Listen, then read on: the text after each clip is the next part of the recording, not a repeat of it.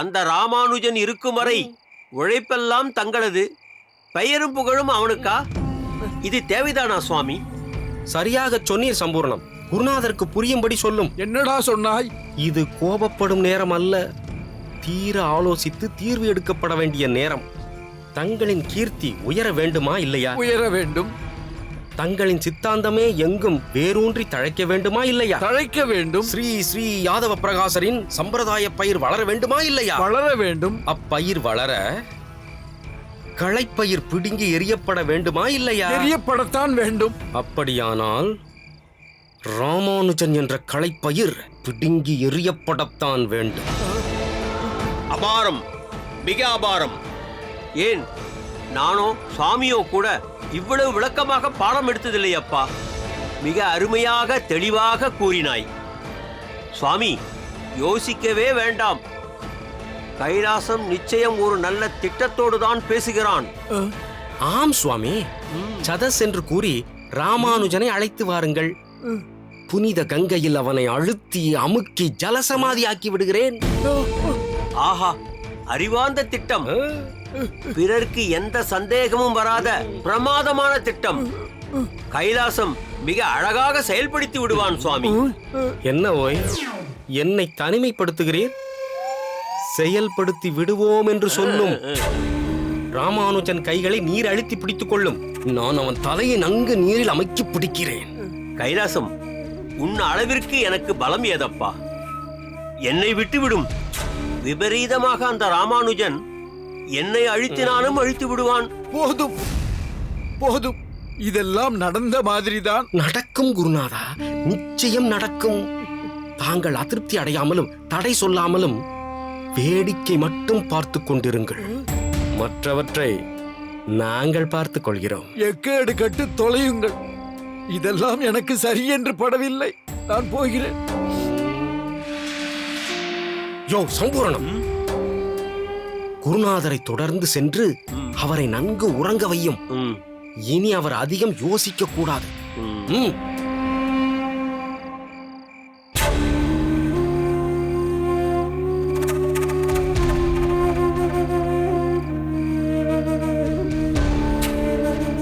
ராமானுஜா, உன் காலம் குறைகிறது. காலன் நெருங்குகிறான். நான் தயாராக இருக்கிறேன் உன் கதை முடிக்க. நீ தயாராக இரு. மேலே செல்ல.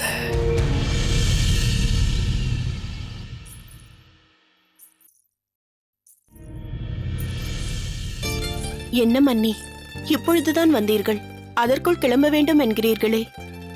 இங்கு வந்தது இப்பொழுதாக இருக்கலாம், ஆனால் திருமலையிலிருந்து புறப்பட்டு வெகு நாட்கள் ஆகிவிட்டன.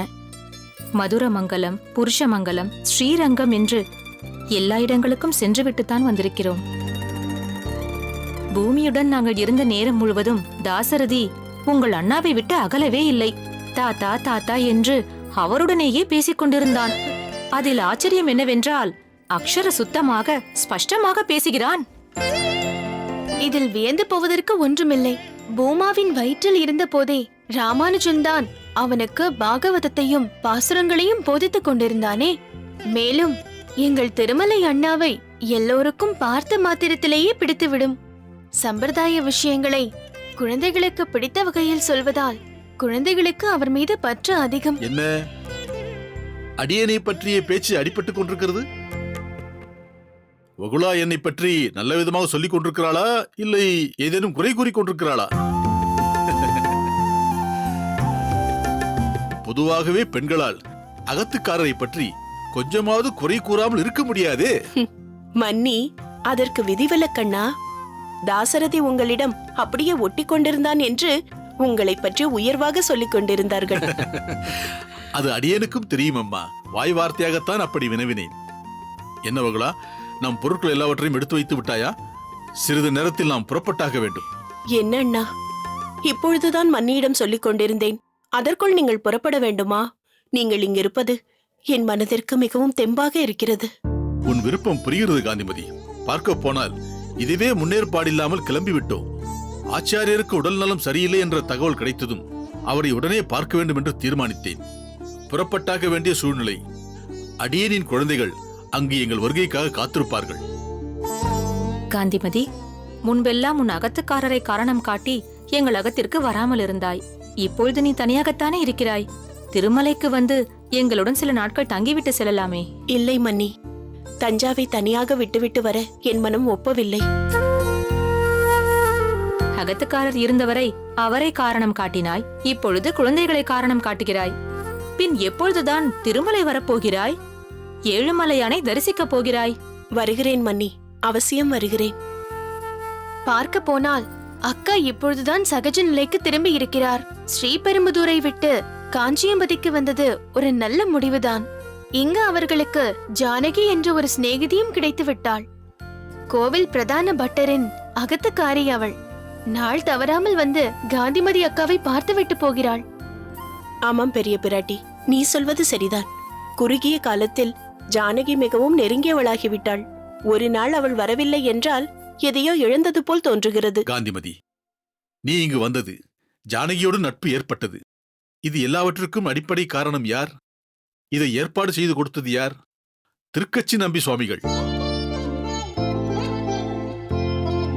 அதனால் நாம் எல்லோரும் அவருக்கு நன்றி செலுத்த கடமைப்பட்டவர்கள். அதேபோல் காஞ்சி பட்டரையும் உங்களுக்கு அறிமுகப்படுத்தி வைத்தார். எப்படியோ நீ சற்றே சந்தோஷமாக இருக்கிறாய். இது அடியனுக்கு மிகுந்த மனசமாதானத்தை அளிக்கிறது. நீங்கள் சொல்வது முற்றிலும் உண்மை அண்ணா. திருக்கச்சி நம்பி சுவாமிகளை பற்றி நினைக்காமல் நான் ஒரு நாள் கூட இருந்ததில்லை. எங்களுக்கு செய்த உதவிகள் ஒரு பக்கம் இருக்கட்டும், ராமானுஜனின் எதிர்காலத்தில் அக்கறை கொண்டு அவனை வழிநடத்தி செல்கிறாரே, அதற்கு நாம் காலத்திற்கும் அவருக்கு நன்றி கடன் பட்டிருக்கிறோம். அது எத்தனை பெரிய பொறுப்பு! அவருக்குண்டான பொறுப்பு ஒரு புறம் இருக்கட்டும், இப்பொழுது அடியனுக்கும் ஒரு புதிய பொறுப்பு கொடுத்திருக்கிறாள் பெரிய பிராட்டி. அது என்ன பொறுப்பு அண்ணா? கோவிந்தனின் கல்யாணம் தான். ஆமாம் ஆமாம், அதுவும் காலாகாலத்தில் நடக்க வேண்டியதுதான். கோவிந்தனும் வெகுவாக மாறிவிட்டான். குடும்ப பொறுப்புகளை அவனும் சுமந்து கொள்கிறான். படித்துக்கொண்டே திரவிய வியாபாரத்திலும் தன்னை ஈடுபடுத்திக் கொண்டிருக்கிறான். இதை பற்றி நான் அவனிடம் கேட்டபொழுது அவன் கொடுத்த விளக்கத்தில் நான் வாயடைத்து போய்விட்டேன். இதிலிருந்து என்ன தெரிகிறது நமக்கு? கோவிந்தன் வாழ்க்கையின் அடுத்த கட்டத்திற்கு செல்லும் நிலையை அடைந்து விட்டான்.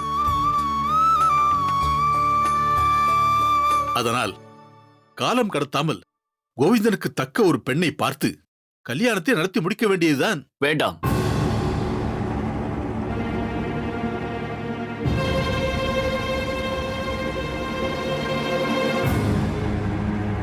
என்னடா இது? நல்ல விஷயம் பேசிக் கொண்டிருக்கும் பொழுது அபசகுணமாக வேண்டாம் என்கிறாய்? அப்பா, நான் பலமுறை சொல்லிவிட்டேன், இதை பற்றி பேச வேண்டாம் என்று. ஒருவனுக்கு பக்குவம் வந்து பொறுப்புகளை ஏற்றுக்கொள்கிறான் என்றால் உடனே அவனுக்கு கல்யாணம் செய்து வைத்து குடும்பம், குழந்தை என்று சம்சார சாகரத்தில் மூழ்கடிக்க வேண்டுமா? ஏன், இதை தவிர உலகத்தில் வேறு எந்த விஷயமும் இல்லையா? நாம் பிறந்தது எதற்காகத்தானா? வாழ்க்கையில் சாதிக்க வேண்டியது எத்தனையோ இருக்கிறதப்பா. அப்படி என்றால் நாங்கள் எல்லோரும் பிறந்ததும் நடத்தும் வாழ்க்கையும் வியர்த்தம் என்கிறாயா? இல்லை, எல்லாவற்றையும் கரைத்து குடித்திருக்கும் உன் மாமா திருமலை நம்பி அவர் வாழும் வாழ்க்கையும் உபயோகமற்றது என்கிறாயா? இல்லை, எல்லாவற்றிற்கும் மேலாக உன் அண்ணன் ராமானுஜன் வாழும் வாழ்க்கையும் பயனற்றது என்கிறாயா? நான் யாரை பற்றியும் குறிப்பாக சொல்லவில்லை. ஒவ்வொருவருக்கும் அவரவர் விருப்பு வெறுப்பு என்றிருக்கும். இப்பொழுது மாமாவே எடுத்துக்கொள்ளுங்கள். திருமலையில் இருப்பதுதான் அவருக்கு உச்சிதம் என்று அவர் நினைக்கிறார். திருக்கச்சி நம்பி சுவாமிகள் காஞ்சியம்பதியில் இருந்து தன் கடமைகளை செய்து கொண்டிருக்கிறார். அதற்கு தகுந்தவாறு அவர்கள் வாழ்க்கையை, அது சேவையாக இருந்தாலும் சரி, அவர்களுக்கு பிடித்த விதத்தில் நடத்தி கொண்டிருக்கிறார்கள். அவர்களுக்கு பிடித்தது என்று சொல்லாதே. குருநாதர் சொன்னதை தான் அவர்கள் செய்கிறார்கள். அதேதான், குருநாதர் சொன்னதை தான் செய்து கொண்டிருக்கிறார்கள். இதிலிருந்து புரிந்து கொள்ளுங்கள், விருப்பு வெறுப்பு என்று எதுவும் இல்லை. பெரியவர்கள் சொன்னதை செய்கிறார்கள். அதேபோல் இதுதான் உனக்கு சரி என்று பெரியவர்கள் நாங்கள் சொல்கிறோம். அதன்படி கேட்டு செயல்படு. இப்பொழுது நீயே சொன்னாய், குருவின் சொல்படிதான் நடக்க வேண்டும் என்று. ஆம், என் குருநாதர் சொல்படிதான் நான் நடந்து கொள்வேன். யார் உன் குருநாதர்? யாதவ பிரகாச சுவாமிகள்.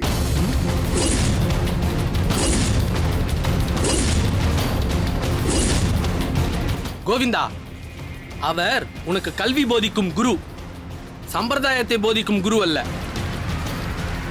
நீ எப்படி வர வேண்டும், என்னவாக ஆக வேண்டும் என்று தீர்மானிப்பவர் நமது ஆச்சாரியர் யமுனாச்சாரியர் சுவாமிகள் தான். தந்தையே, நான் இதுவரை அவரை பார்த்ததே இல்லை. அவரை பற்றி எந்த விஷயமும் எனக்கு தெரியாது. என் கண்முன் இருப்பவர் யாதவ பிரகாச சுவாமிகள் மட்டும்தான். அவர் காட்டும் பாதையில் மட்டும்தான் நான் செல்கிறேன்.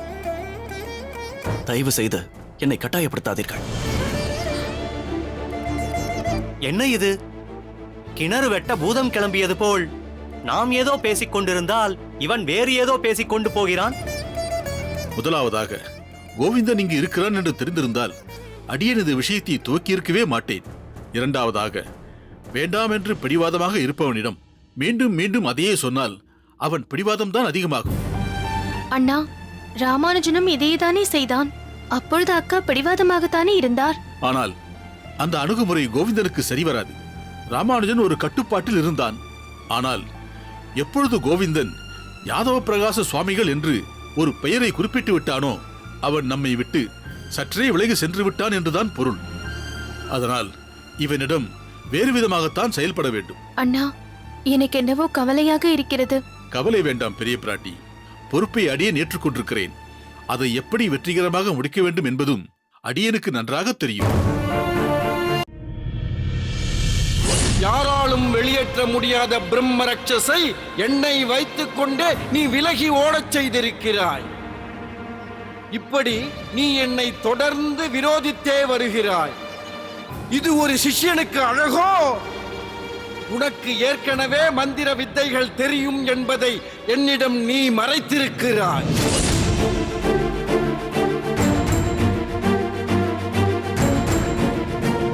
ராமானுஜா, இந்த விஷயத்தில் திருக்கச்சி நம்பி சம்பந்தப்பட்டிருக்கிறானா? அப்படி என்றால் இது ஒரு திட்டமிட்ட சூழ்ச்சியா? அதில் நான் பலிகடா ஆக்கப்பட்டிருக்கிறேனா? நீ உன் போக்கில் போ, நான் என் வழியில் போகிறேன். நானும் உன்னிடம் குறுக்கிடப் போவதில்லை, நீயும் என்னிடம் குறுக்கிட வேண்டாம். நான் கொடுக்கும் விளக்கம் உனக்கு ஏற்புடையதாக இல்லையா? நீ உன் மனதில் தோன்றியபடியே வைத்துக்கொள். என்னிடம் தர்க்கம் என்பது வேண்டாம்.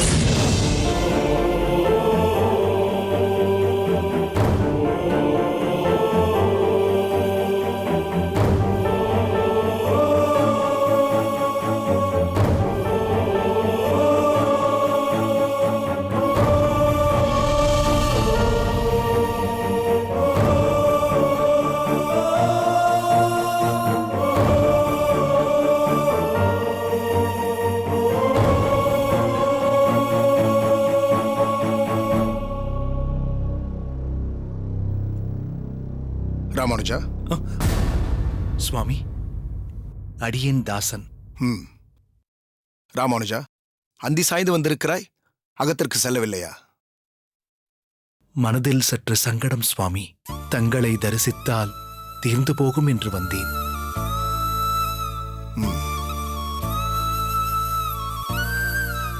உட்கார் ராமானுஜா.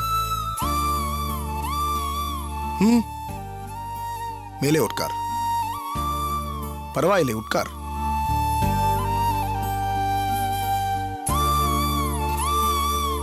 என்ன சங்கடம் ராமானுஜா? அகத்திலா அல்லது பாடசாலையிலா? பாடசாலையில் தான் சுவாமி. பாடசாலையிலா? என்ன சொல்கிறாய் ராமானுஜா? உன் பாடசாலை ஆசான் யாதவ பிரகாசரோடு சென்று அரும்பெரும் காரியத்தை செய்திருக்கிறாய். நீ பிரம்மரட்சசையை அனுகிரகித்திருக்கிறாய். அது உன்னத நிலையை அடைந்து ஓடியிருக்கிறது. பிரம்மரட்சஸ் என்னவோ இடம் தெரியாமல் ஓடிவிட்டது உண்மைதான் சுவாமி. ஆனால் அதனால் தனக்கு அவமானம் ஏற்பட்டு விட்டதாக எண்ணுகிறார் யாதவ பிரகாச சுவாமிகள். ஓ, இன்னும் அதை பற்றியே நினைத்துக் கொண்டிருக்கிறாரா யாதவ பிரகாசர்? ஏன் தன் சிஷ்யன் ஒருவன் மிகப்பெரிய அதிசயத்தை நிகழ்த்தி காட்டியதை நினைத்து பெருமைப்பட்டுக் கொள்ள தெரியவில்லையா அவருக்கு? அப்படியே பார்த்தாலும் அவர் பட்ட அவமானத்திற்கு நீ எப்படி காரணமாக முடியும்? பிரம்மரட்சசுதானே அவரை அவமானப்படுத்தி இருக்கிறது. யாதவ பிரகாசர் தன் பூர்வ ஜென்மத்தில் ஒரு உடும்பாக பிறந்ததற்கு நீ பொறுப்பாளி அல்லவே ராமானுஜா? அதையெல்லாம் அவர் சிந்தித்து பார்த்ததாக தெரியவில்லையே சுவாமி. வேண்டா வெறுப்பாக அடியேனை பார்க்கிறார். இன்னும் சொல்லப் போனால் அடியேனிடம் உரையாடுவதையே தவிர்க்கிறார். ஏதோ ஒரு விதத்தில் அவரது அவநம்பிக்கைக்கும் அதிருப்திக்கும் அடியேன் காரணமாகி விட்டேனோ என்று மனம் பதபதைக்கிறது. ஆசானின் நம்பிக்கையை எப்படி பெறுவது, அவரை எவ்விதத்தில் திருப்திப்படுத்த முடியும் என்றே தெரியாமல் குழம்பியிருக்கிறேன் சுவாமி. அதனால் பாடசாலைக்கும் செல்ல தைரியமில்லாமல் இருக்கிறேன் சுவாமி. அடியேனை பார்க்க விரும்பாத அவரை எங்கனம் அடியேனால் நேருக்கு நேர் சந்திக்க முடியும்? ராமானுஜா, நீ இப்படி பேசுவது அடியேனுக்கு ஆச்சரியமாக இருக்கிறது. நீ வருத்தப்படுவதும் அவசியமின்றி இப்படி அஞ்சுவதும் தேவையற்றது. உன்னால் நடைபெற்ற நிகழ்வு ஒரு அற்புத செயல். அது வரதனின் திருவருளால் உன் மூலம் நடந்த ஓர் ஒப்பற்ற செயல். இதில் வருத்தம் கொள்வதற்கோ மனசங்கடம் அடைவதற்கோ அவசியமே இல்லை. அகங்காரத்தின் உச்சத்தில் இருக்கும் உன் ஆசானான யாதவ பிரகாசரை நீ திருப்திப்படுத்த முயற்சித்தால் எல்லாம் வல்ல வரதனின் அதிருப்திக்கு நீ ஆளாக வேண்டியிருக்கும். அதனால் தேவையற்ற குழப்பத்திற்கு நீ ஆளாக வேண்டிய அவசியமே இல்லை. வரதனின் திருவுள்ளப்படி ஒரு கருவியாக நாம் செயல்பட்டோம் என்ற வகையில் நீ சந்தோஷம் கொள். தாங்கள் வலியுறுத்தும் விஷயம் அடியேனுக்கு புரிகிறது சுவாமி. இருப்பினும் அவரது அவமானத்திற்கு அடியேன் காரணமல்ல என்று அவர் உணரவில்லையே. உணரவில்லைதான். அவர் உணரும் நிலையிலும் இல்லைதான். விபரீத ஞானமும் கர்வமும் அவர் கண்களை மறைக்கிறது. நீ செய்த அற்புத செயல் மூலம் மிகப்பெரிய இக்கட்டிலிருந்து நீ அவரை காப்பாற்றியிருக்கிறாய். இதை நிச்சயம் என்றேனும் ஒரு நாள் யாதவ பிரகாசர் உணருவார். அப்போது உன் மகிமையை நினைத்து உள்ளம் கரைவார். பெரிதும் உகந்து உன்னை கொண்டாடி மகிழ்வார். இது நிச்சயம் ஒரு நாள் நடக்கத்தான் போகிறது ராமானுஜா. அப்போது தன் செயலுக்காக யாதவ பிரகாசர் நிச்சயம் வெட்கி தலைகுனிவார். இப்பொழுது நடைபெற்ற சம்பவமே வரதன் அவருடைய அகங்காரத்திற்கு கொடுத்த ஒரு மருந்துதான்.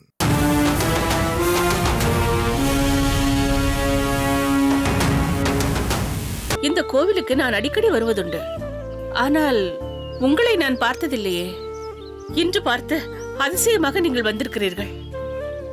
உங்களை பார்த்ததோடு இல்லாமல் அமுதா மாமியும் வந்திருக்கிறார்கள். என் நேரம் இந்த பாட்டியையும் நான் பார்த்து விட்டேன்.